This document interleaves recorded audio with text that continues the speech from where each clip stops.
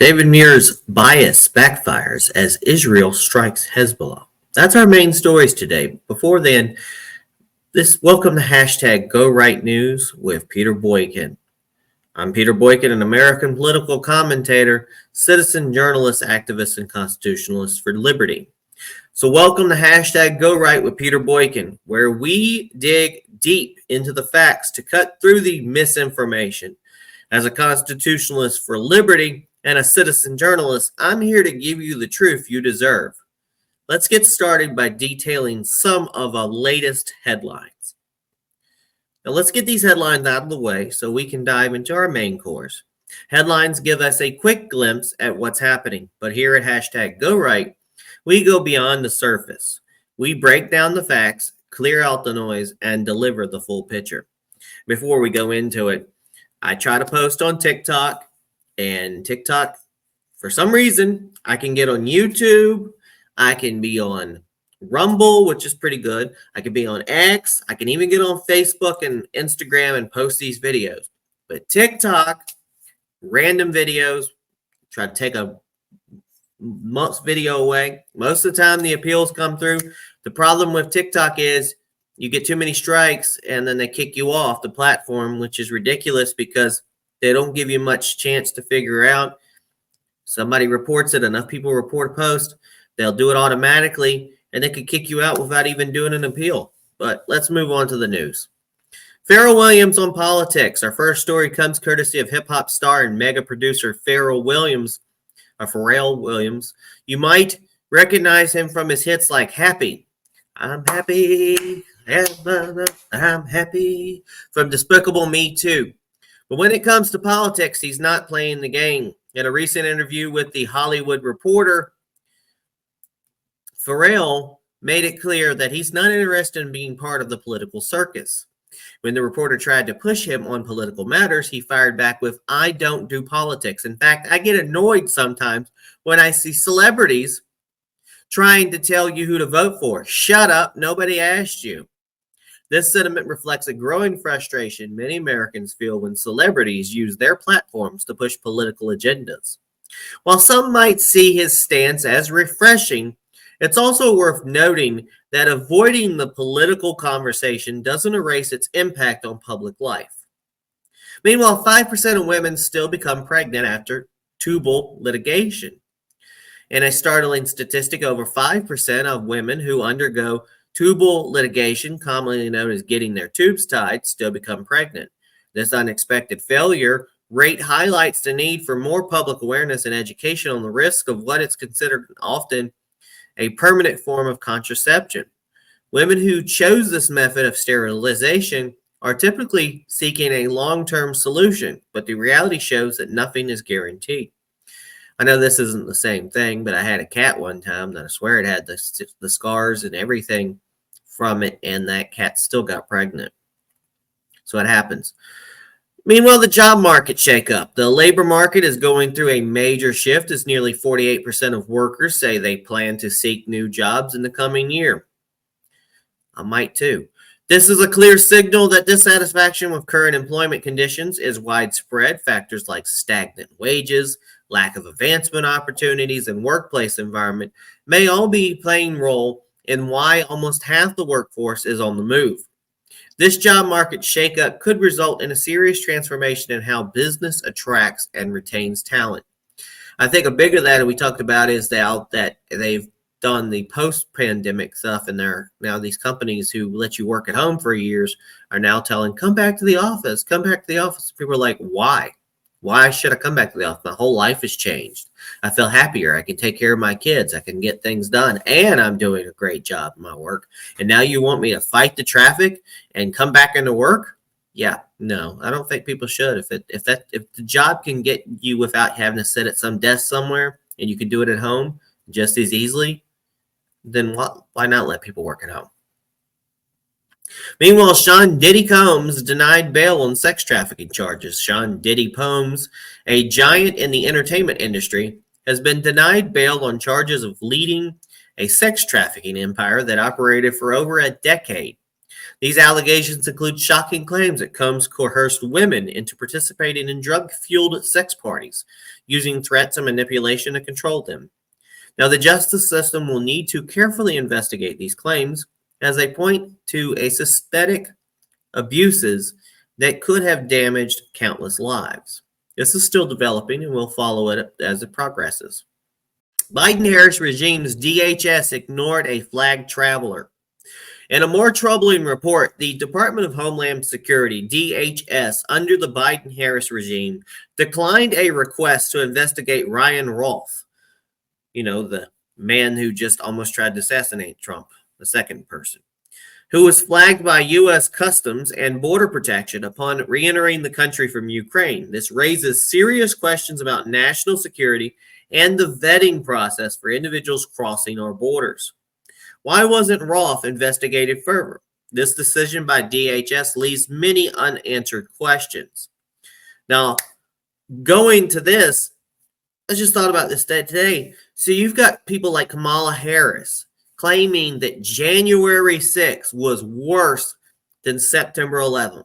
Because if you break down January 6th, it was breaking and entering, or entering a place which was supposed to be the people's capital, but entering a place where you're not wanting trespassing or criminal trespassing. And they raised hell, and they got people in jail for years, and they got somebody in jail who wasn't even there for 35 years, et cetera, and they made all this big stink about it. Meanwhile, we've got people from other countries coming in here illegally, destroying the place, causing riots, destruction, killing, murders, etc., eating animals, God knows what. And the Democrats are like, oh, we don't know what's going on. We don't see, there's nothing going on here. There's nothing going on here. They don't see that, but they're worried about a few Americans going into the Capitol building when they weren't supposed to. It's crazy. It's crazy. Meanwhile, war casualties in Ukraine and Russia. The conflict between Ukraine and Russia has claimed roughly 1 million lives since it began over 2 years ago. This grim milestone reminds us of the devastating toll of war. Both nations have suffered immense loss, and the conflict shows no signs of slowing down, leaving a humanitarian crisis in its wake. And in that debate, Donald Trump said he wanted peace. Peace. But what David Muir and them kept pushing was, do you want Ukraine to win? Do you want Ukraine to win? Trump's like, I want peace. And people need to understand, peace and war, there is no winners, there's no losers. There's peace. Trump wants peace. And to have Kamala Harris basically state that she wants Ukraine to win, and they're doing everything they can and talking to the UN and everything they can to defeat Russia, basically she stated as, we are at war with Russia, which we're not supposed to be at war with Russia. Meanwhile, Elon Musk's Neuralink receives FDA approval. In an incredible leap forward for technology, Elon Musk's Neuralink has received breakthrough device clearance from the FDA. His new device, called Blindsight, he hopes to one day restore vision to blind individuals. Musk's project continues to push the boundaries of what technology can do for humanity, and this approval could mean life-changing advancements for millions. Kind of like on Star Trek The Next Generation when Geordi put the visor on. That's kind of what Elon Musk is kind of doing. Meanwhile, Instagram moves to protect teen users. Instagram is taking steps to make its platform safer for children by making teen accounts private by default. With rising concern about online safety and mental health, this change is meant to provide a more secure environment for younger users. However, it remains to be seen whether this measure will truly address the deeper issues of privacy and exposure on social media. And yes, there's dangerous chemicals in food packaging. A concerning study reveals that 25% of chemicals found in food packaging are showing up in the human body. These chemicals pose potential health risks, and the study underscores the need for stricter regulations on what materials can come into contact with our food. plastics and things like that. Meanwhile, Donald Trump is set up to watch the Alabama versus Georgia game. Former President Donald Trump is expected to attend the much-anticipated Alabama Crimson Tide versus Georgia Bulldogs football team. His presence at the event is likely to draw significant attention as the nation continues to watch his every move. And meanwhile, Wisconsin judge rules on Robert F. Kennedy Jr.'s ballot status. In Wisconsin, a judge has ruled that Robert F. Kennedy's name must remain on the state's ballot despite his request to have it removed. This decision ensures that Kennedy will stay in the race, creating a unique scenario for voters in the state. I'm glad in places like North Carolina, they elected to take his ballot off, his name off. I don't think if he's actually running, should he be on the ballot? No, I don't think so. And now for the main course. David Muir's ratings plummet after anti-Trump bias during debate. David Muir, a lead anchor on ABC's World News Tonight, has found himself in the spotlight for all the wrong reasons. Following a recent presidential debate, Muir's ratings took a significant nosedive. Once averaging 7.6 million viewers, his show now draws an average of 6.7 viewers, a staggering 12% drop. This decline in viewership appears to be linked to this overt bias during the debate, where he, alongside with co-moderator Lindsay Davis, and supposed to be Kamala Harris's ex-sorority sister, stopped to fact-check Donald Trump 5 times but offered no corrections for Kamala Harris, even when she repeated long-debunked claims such as the Charlottesville hoax. Trump's response. Former President Trump responded by pointing out Muir's selective fact-checking, telling Fox News, "Every one of Kamala's lies should have been questioned by David Muir. I've lost a lot of respect for him. Everyone's lost respect for him. It was so one-sided. It was 1 against 3. Trump wasn't alone in his criticism. Many viewers, including some Democrats, felt that Muir failed in his role as an unbiased moderator, allowing Harris to escape scrutiny while targeting Trump." Meanwhile, ABC's attempt to damage control. Recognizing the damage at its credibility, ABC swiftly sent Muir to appear on the popular daytime show Kelly and Mark. In the effort to defend his performance, Muir downplayed the criticism, saying, quote, "All the noise that you hear afterward about which candidate won the debate and did the moderators win or lose, that's just noise." This attempt at deflection did little to silence critics, and Muir's ratings continue to struggle. Meanwhile, Lindsay Davis also revealed in a post-debate interview that their treatment of Trump was influenced by the previous CNN debate, which led to Biden's withdrawal from the race. She admitted, quote, "People were concerned that statements were allowed to just hang and not be disputed by the candidate Biden at the time or the moderators." So let's just let Trump, we're going to stop Trump saying anything and not say anything to Kamala. Oh, okay. That's called bias.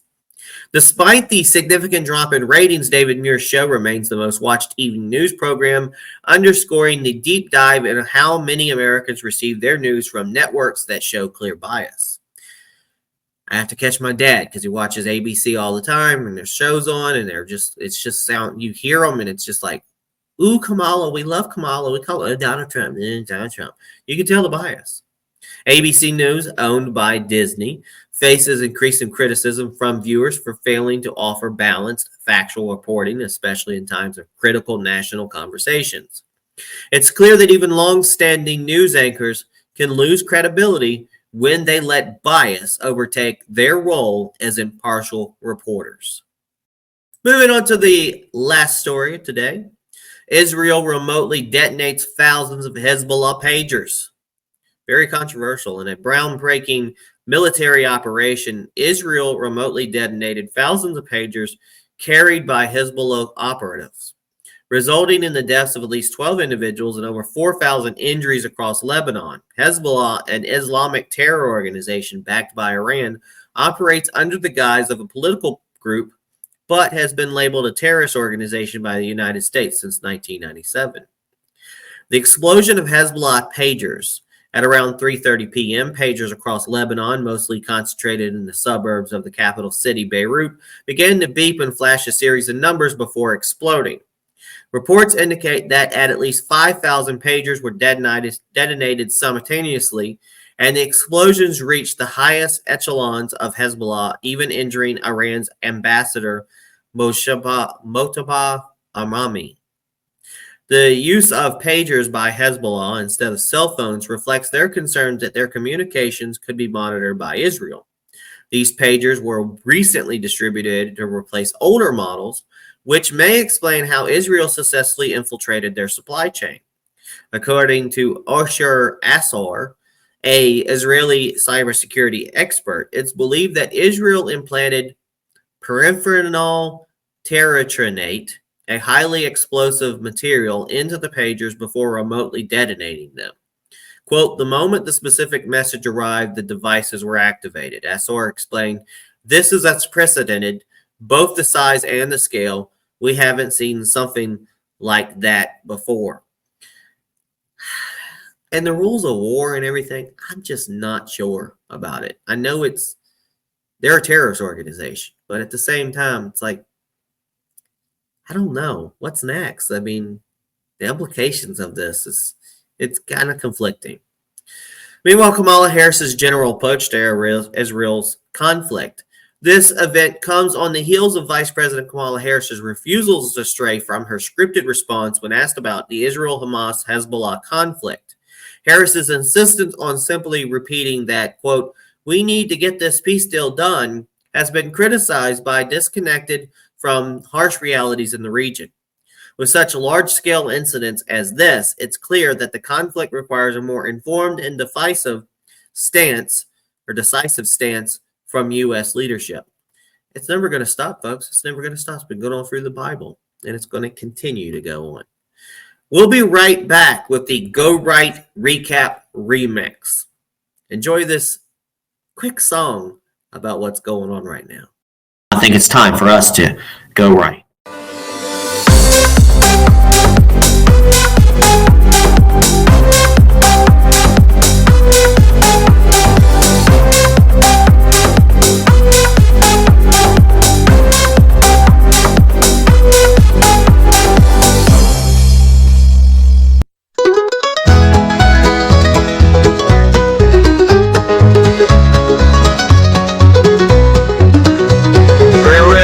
The stars to back away.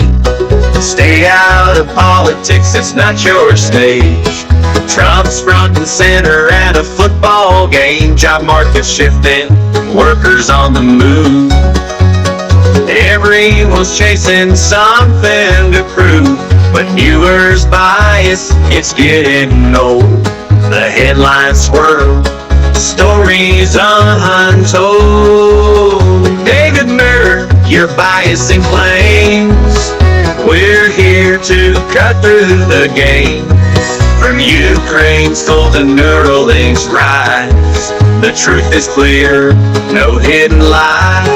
Instagram's tightening the digital space, trying to protect the next generation's face.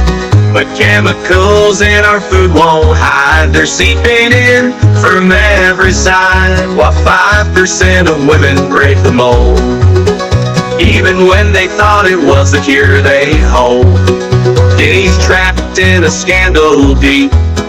Biden's DHS lets danger creep, while wars rage on, the bodies pile, and Go Right News keeps truth on fire. David Muir, your bias exposed. The real story is what we've composed. From celebrity silence to labor's call, your ratings crumble as we stand tall. Harris speaks vague on Israel's fight, while pagers explode in the dead of night. The job market quakes, workers take flight, but ABC's scramble can't make it right. Israel's blow struck Hezbollah hard. Technology's edge caught them off guard. Muir can't mask the bias he's shown. Facts speak for themselves. truth's our tone. The headlines scream, but they don't care. Truth cuts through the air. The real news fights to take its place. No room left for the two-faced. David Muir, your time's run out. The truth is what it's all about. While the world keeps turning, stories unfold. The truth remains strong and bold.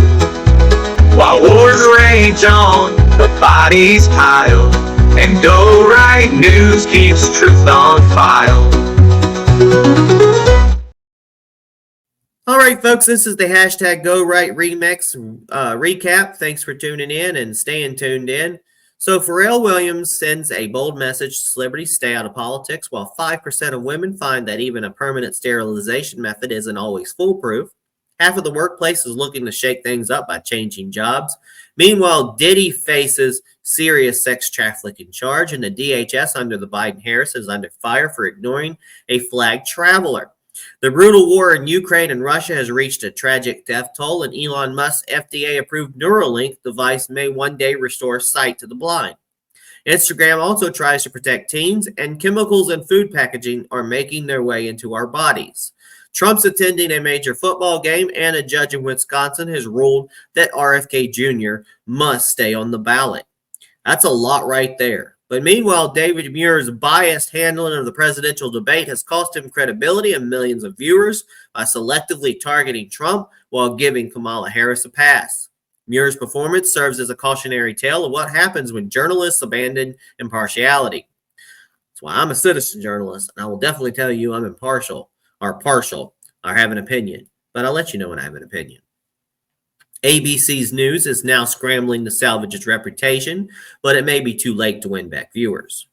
Meanwhile, Israel's daring operation against Hezbollah sent shockwaves through Lebanon and across the world by detonating thousands of Hezbollah pagers. Israel struck a serious blow to the terror organization's group's operations, and this high-tech covert operation reveals the ongoing tension in the region and exposes the inadequacies of a vague diplomatic response, like that of Vice President Harris, to complex geopolitical conflict.